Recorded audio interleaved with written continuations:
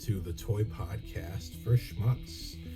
Today, I wish to get a little bit into some of my older arrangements. I guess they're displays. I guess they're diorama. I don't know. You know what I mean?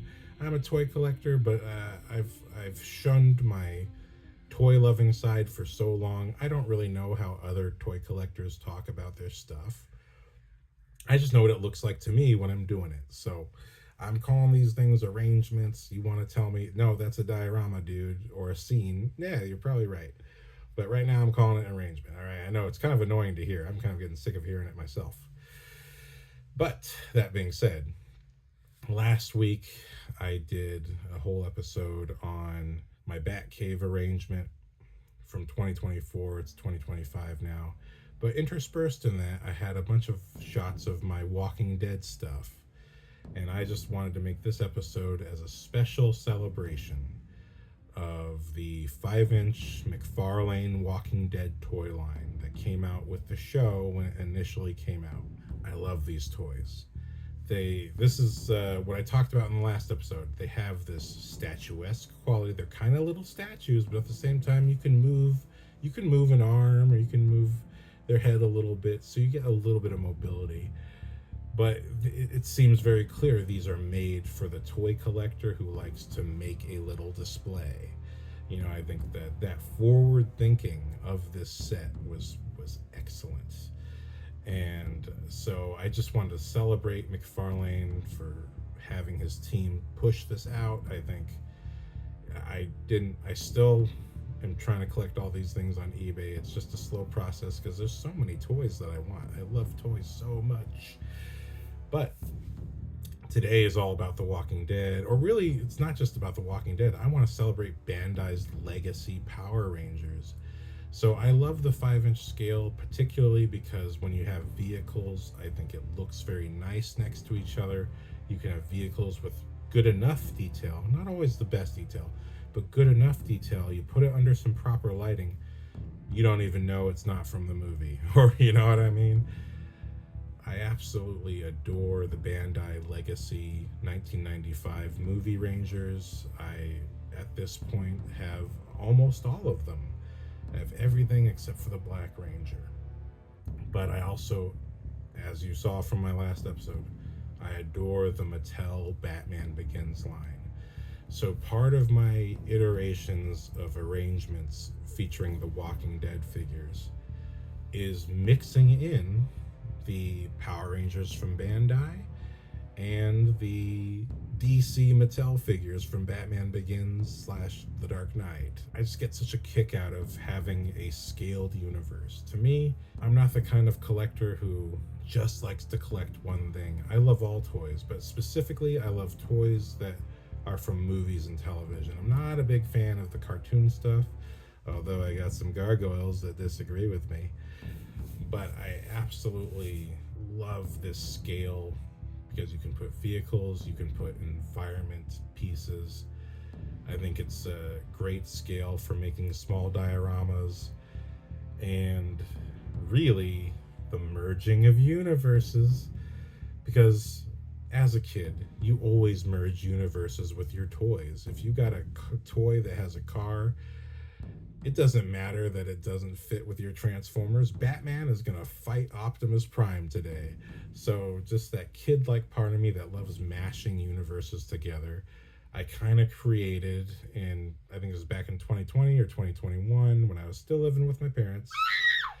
I had a great room that had all these shelves in it. And it was a chance to really expand my universe.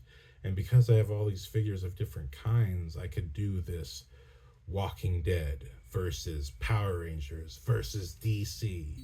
So I still have Superman Returns. That movie came out when I was 15. Batman Begins came out when I was 14. I still had these toys.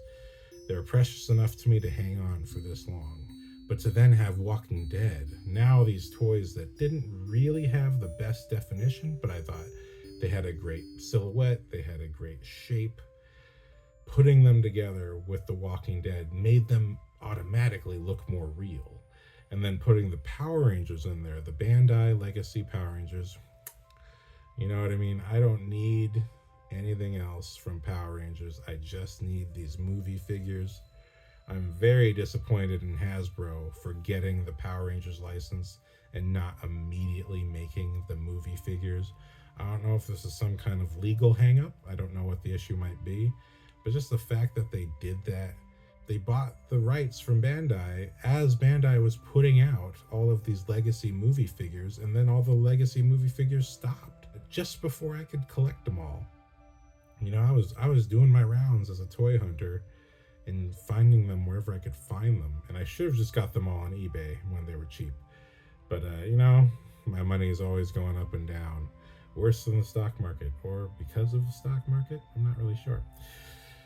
But that being said, whatever I had with them didn't matter. The fact that I could fit these guys into a little universe, and this is really my first attempt at making an arrangement display that merged universes. Because every time I watch a movie of any genre, I can't help but imagine, what if this other genre interceded? Like in the last couple years, I started watching the Nun movies, and I actually really enjoyed them. The Nun 2, I thought was great. It was like visually, it was just delicious. But I couldn't help watching that movie and imagine to myself, man, can Hellboy just bust through the wall and kick the nun's ass? That would be so much fun. You know what I mean? Or literally, what I love from Batman Begins is because of this fear toxin at the finale of that movie, where all of Arkham and all of the Narrows, this tiny island within the island of Gotham, that everyone becomes infected by this sort of fear virus, and they start kind of becoming zombies. And so in the middle of all this action, all of a sudden Batman has to get out of this horde of zombies attacking him. One of the things that I've loved about all of David Goyer's movies is that he opens the door for these genre meshing sequences that, you know, that these very talented directors have just brought the best out of his material, and he's become a very talented director himself. I haven't kept up with his movies. The last one I did watch was The Invisible, and I thought, whoa, that's pretty good. And I just saw the first episode of Daredevil Born Again, and the girl then, adult woman now, the girl from Invisible is Daredevil's new girlfriend. That's insane. So, you know, I couldn't help but think, wait, did you come back to life? Did you come back to life? Oh, wait, no, she didn't die. Oh, did she? I don't remember. But either way, I just love the genre meshing of Batman Begins, having this semi-zombie sequence, while at the same time, once Batman's flying through the air and he looks like a demon and it's scaring everybody, you know, which both makes Batman more mythological at the same time. That's why when The Walking Dead came out in this 5-inch scale, and it's like, oh, I get to reenact one of the coolest scenes in Batman Begins, which is Batman being overwhelmed by this zombie crowd.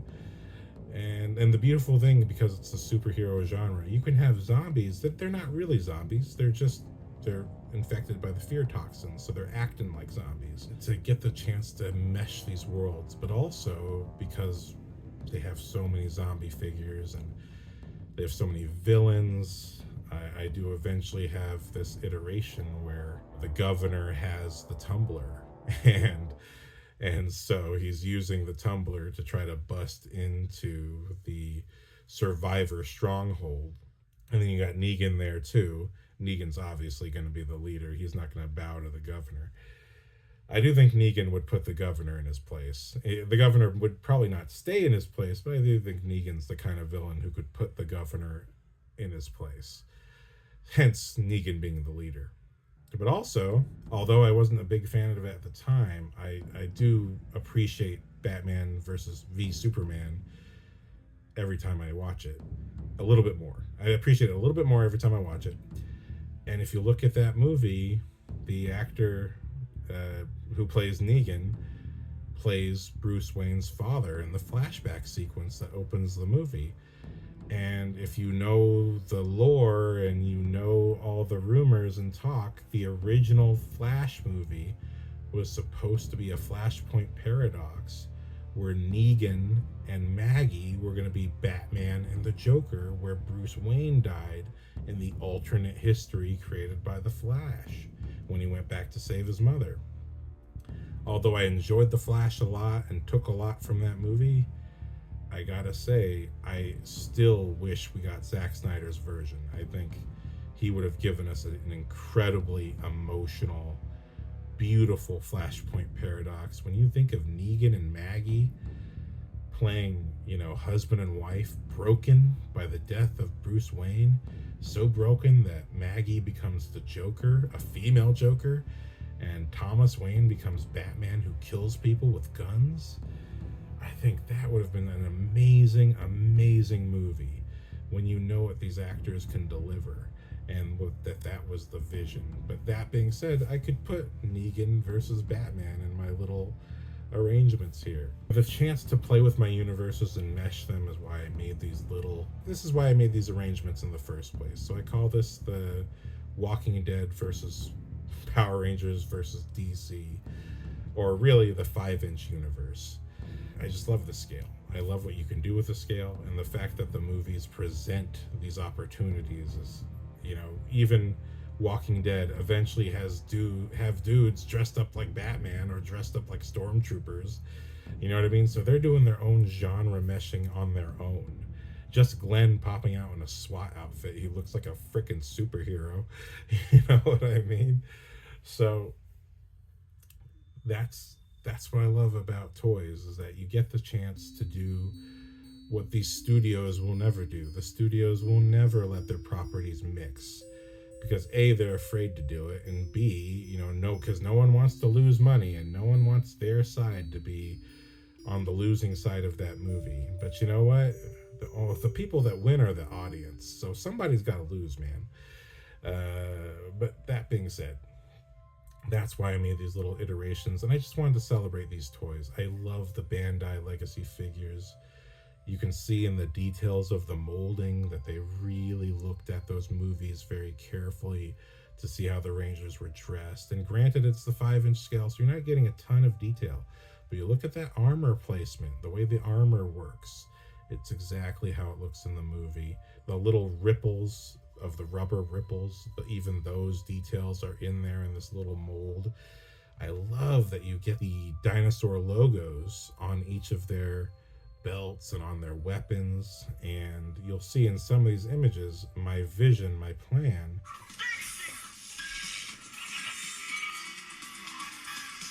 is to get all of the weapons of the regular TV show set. I think that's a great set from Bandai as well. The 5-inch line looked better to me than the 6-inch line. I thought the 6-inch line looks like crap. Frankly, no offense, but I thought the 6-inch line could have been a lot better. I think that's one thing Hasbro did do better, was the 6-inch scale Power Rangers line. But even then, the fact that it just looks like plastic, and they're in these Power Rangers are in leotards that have this sort of metallic sheen to them. So I feel like the 5-inch scale gives you, because of the type of mold that they use, they have that automatic shine to them, just makes them look more faithful to the movies and shows in the first place.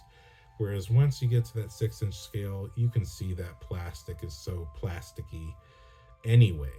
So if you don't give it a really good paint, like the Walking Dead figures, then it just really looks like a crappy toy with a good helmet. So I really appreciate the 5-inch scale line because they're that type of plastic that they use, and especially because of the movie versions where the movie's already emulating a type of armor. So when you get that type of plastic that they use for these 5-inch scale figures, and that mold is right, it really gives that quality of that cinematic armor tech. So the details, I think, are there. The colors are great. The helmets look like the movie. I love the streamlined, sleek look of all of the Power Rangers helmets. And all the helmets kind of look right on the head. I don't think any of them look too big or too small.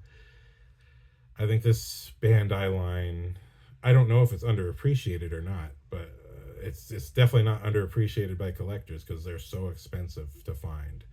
This Red Ranger I lucked out on was being sold as a lot for $16. It was a lot with a bunch of really bad Power Ranger toys that I donated, sadly. But I found him. He didn't have any of his effects or his alternate head, but I didn't care because I already had the Red Ranger from the TV show line. So I had his TV show weapons, which is all I wanted. My whole vision for these Rangers is to get all of the movie versions, but also get all the weapons from the original show versions. Because one thing watching the Power Rangers show, and even the Japanese version where all that footage comes from, even though as a kid, you have to take this leap of logic in your head to say, okay, I know that leotards cannot resist explosions.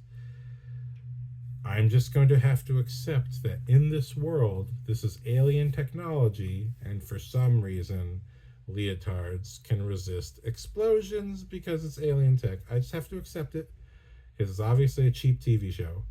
But the helmets and the weapons look fantastic. The Zords look fantastic. Even though it's a guy in a suit and you know it's a glove hand holding that sword, you know, you see that they put all their money where the believability was required. But so, all that being said, when you get this movie, let's do it, guys. It's Morphin time. The 1995 movie was such a great movie. It's really an underrated gem. It's one of the best superhero films ever made, very clearly inspired by Superman the movie, but also by, you know, epic journey movies where characters are going on some kind of adventure like Wizard of Oz. The 1995 movie was fantastic and used the second wave of Rangers featuring like Karen Ashley and Johnny Young Bosch and Steve Cardenas. And I love them all. If you're Zordon era, I love you, I respect you, because that's my era. That's when I was watching this show. Once Zordon died, I didn't care anymore. But that being said, seeing these gorgeous things, you know, cinematic form, seeing the Power Rangers in an armor suit that looks like it can handle the action was such a treat, was such a delight, and was a payoff for the fan who loved the show. But even as a kid, you're aware this ain't this don't look right, man. You know, I mean, a leotard can't defend against a sword. I don't care if it's alien tech, it can't do it. But you just accept it because the show is so good, you know. And even though it's bad, it's good. It's the best kind of bad, which is, you know, very heartwarming characters and excellent action sequences. What more can you ask for? But that was the treat of the movie. Going on this excellent adventure and having these wonderful suits that absolutely match what you saw in your head watching the show.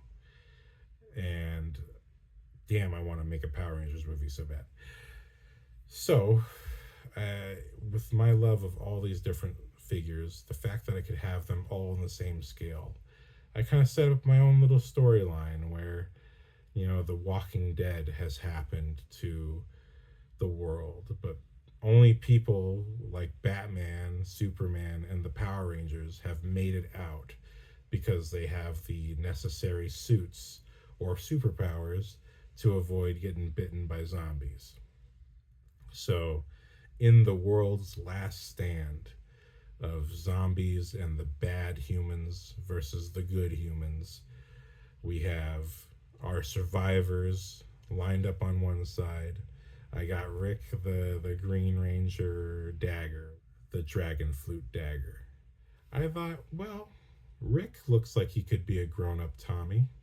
I could buy that. You know what I mean? I could see that. Tommy stopped being a ranger and then became a police officer and then got shot and had a coma and then woke up in the zombie apocalypse. Not really, but he gets the frickin' Green Ranger's weapon. I also have the Black Ranger's axe buried into that little Walking Dead piece, just to kind of hint that, well, the Black Ranger may not be part of this setup, but he's somewhere out there and he'll eventually rejoin these Rangers. as I slowly collect them, I'm going to be giving them their true weapons, because to me, that's my full vision of who they are.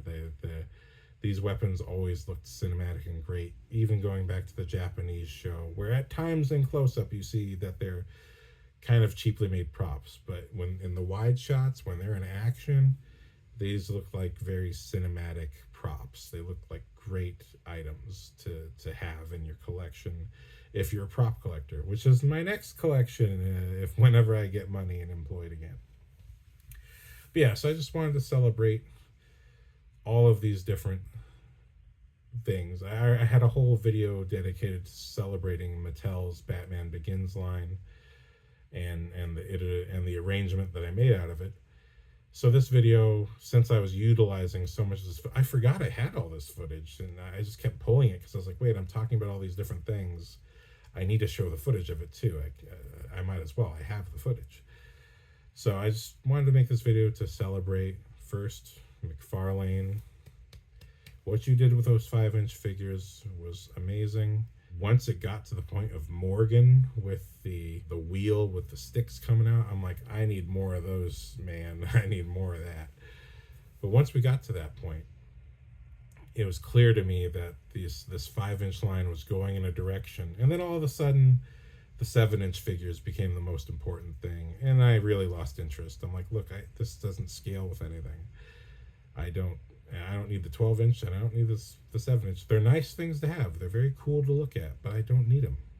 I collect for a very specific purpose, not just for the sake of display, but for, in my mind, world building, storytelling, and inspiration.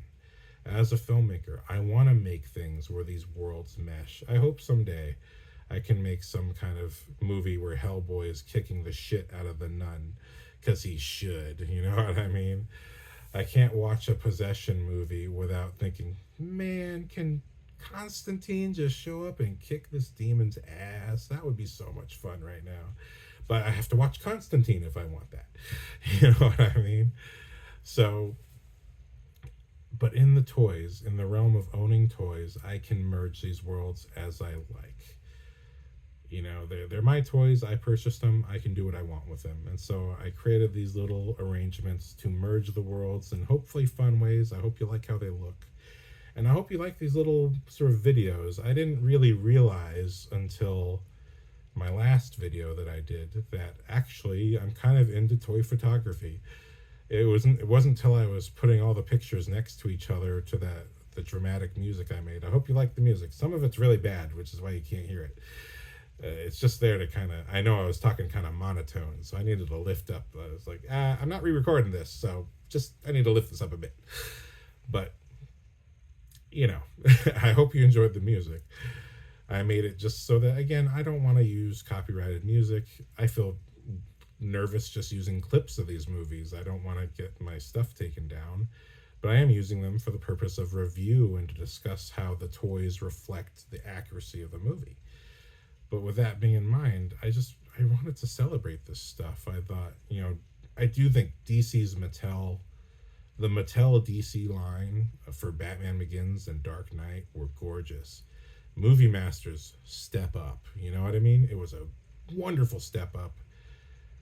But I still have a lot of love for the 5-inch line. I just think the statuesque nature of them, when you look at the Dark Knights, Bruce Wayne to Ninja figure, they did a great improvement on the likeness of Christian Bale. It's still not 1-to-1, but it's way better than the Batman Begins line was. And when it comes to Bandai, they just really, to me, as far as I'm concerned, they nailed it with these 5-inch movie figures. And I know they would have made 6-inch versions. I knew it. There's no way they weren't going to do that. But then Hasbro had to buy the thing and then not even give us any movie figures. I'm like, well, you know what, Hasbro, you know, I love you for Marvel Legends, but you're really ticking me off with these toys, man. You know, when you took over Power Rangers, you just did the same thing Bandai did. Slightly better, but it's just the same thing. You know what I mean? I don't even care about the improvements. Give me that 5-inch line at least. I want to complete my set. But, that being said, Bandai nailed it with these movie figures. I had to celebrate them. And again, by putting them against other 5-inch scaled figures, you really see how the quality of each figure stands out on its own. When it comes to MacFarlane, they're more like statues. They're not really there to be posed in various ways, but they don't need to be. They look so beautiful. If you can move an arm or a head, you can at least pose them necessarily for your display, which is wonderful. And then Bandai has excellent posability with the Power Rangers figures. Not perfect, you can't do every pose, but I absolutely love what you can do with them. And the fact that even though not all the weapons had great detail when it came to the movie figures, I do think the Pink Ranger's weapons could have used a little touch up, but that's okay because look, I'm a collector and now I do custom painting on my own. I'll just fix it when I'm ready to fix it. It's fine. What matters to me is that the figure, at least by itself, is a good mold, good paint, good proportions. And although I do wish there was some height differences to match the show, frankly, most of the time in the show anyway, it's just cutting to Japanese footage where they're all actually practically the same height anyway. For some reason, the stunt doubles are always the same height. I don't know what it is. Only when you get the actors in the suits do you see, oh wow, the Pink Ranger's really short and the Yellow Ranger's a dude. What? But I just want to celebrate. Bandai, to me, I wish at least they got allowed to keep doing the 5-inch movie scale figures. I even got Ivan Ooze recently. I thought he looks great. Again, the paint could be better, but for this scale and the fact that the Rangers themselves look good is all I really need. And once I get all those, the TV show version's weapons, this will be a set that I'm absolutely happy with having. You'll see in some of these photos, for the Blue Ranger, I did get his weapon. And for the Red Ranger, since I bought the movie version and it did not come with the alternate head or accessories, but I had his weapon, he was not without something to play with. So I'm very happy with the Bandai Legacy line. Dino Bakla! That's what I love, is in the original Zhu Ranger, it's Dino Bakla! And that's all they say, and then they transform. It's the American versions, it's Tyrannosaurus, Saber-tooth tiger, you know what I mean? And yeah, so I love it. I'm in love with all these toys. I hope you enjoy my little iterations here. These iterations across time, and also featured one of these displays. Eventually I did try to just have Walking Dead have its own display because they are such great figures, and it's wonderful to see the sets together by themselves when you can maximize what exactly the toy creator was doing. So I did eventually try to have a little isolated Walking Dead iteration. And I just want to shout out some of the artwork. There's this piece of artwork behind what's known as the Bicycle Girl Walker, where she's the torso only zombie who's crawling from her bicycle toward Rick in the first episode. This was a fantastic figure. Before getting this figure, I got the figure years after getting that piece of artwork that she's in front of. That piece of artwork comes from the black and white guy. I went to a Walker Stalker Con years ago, and I really thought, wow, this guy absolutely nailed the likeness of the zombies and of the actors. But all of his art was in black and white, and I do love black and white.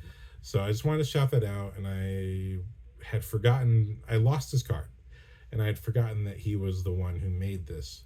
So when I was making my previous video and I showed it, I gave him a little credit, but I forgot in my previous video. When I looked up and remembered who he was and found him, I found out that he has passed away a few years ago. So I just wanted to give him a shout out as well. And it seems like his team is still selling his stuff.